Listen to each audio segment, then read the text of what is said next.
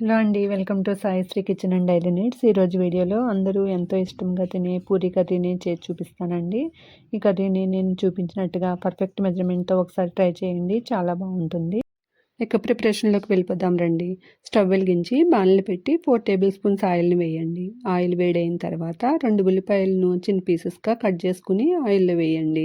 దీనిలో 5 పచ్చిమిర్చిని తీసుకుని చిన్న చిన్న ముక్కలుగా చేసుకుని ఆయిల్లో వేయండి. వీటిని ఉల్లిపాయ ముక్కలు వేగే వరకు సిమ్ ఫ్లేమ్లో వేయించండి.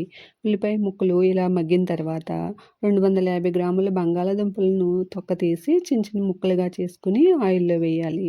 దీనిలో అంగుళం సైజు అల్లం ముక్కను చిన్న చిన్న పీసెస్గా కట్ చేసుకుని వేసుకోవాలి. అలానే ఒక పెద్ద టమాటాను చిన్న ముక్కలుగా చేసి వేసుకుని మొత్తం కలిసేలా కలిపి సిమ్ ఫ్లేమ్ మీద 5 నిమిషాలు బంగాళదుంప మగ్గే వరకు వేయించండి. దీనిలో 1/2 టీ స్పూన్ పసుపు, 1/2 టీ స్పూన్ ఉప్పు మీ టేస్ట్కి తగినట్టు మీరు యాడ్ చేసుకోండి. వేసుకుని కలుపుకుని దీనిలో 1 టీ గ్లాస్ వాటర్ను వేసి వాటరు దగ్గర పడే వరకు సిమ్ ఫ్లేమ్ మీద ఉడికించండి. కూర ఉడికిన తర్వాత 1 టీ గ్లాసు పాలు వేసి మూత పెట్టి ఉడికించండి.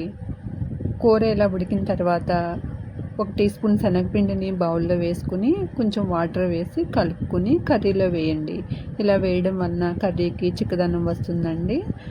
1 నిమిషం పాటు ఉడకనిచ్చి స్టవ్ ఆఫ్ చేయండి. అంతేనండి, ఎంతో టేస్టీగా ఉండే పూరీ కర్రీ రెడీ అవుతుంది. దీన్ని బౌల్లోకి తీసుకుని కొత్తిమీర చల్లి సర్వ్ చేసుకోవాలి. Thank you for watching this video. Please subscribe my channel. Thank you all.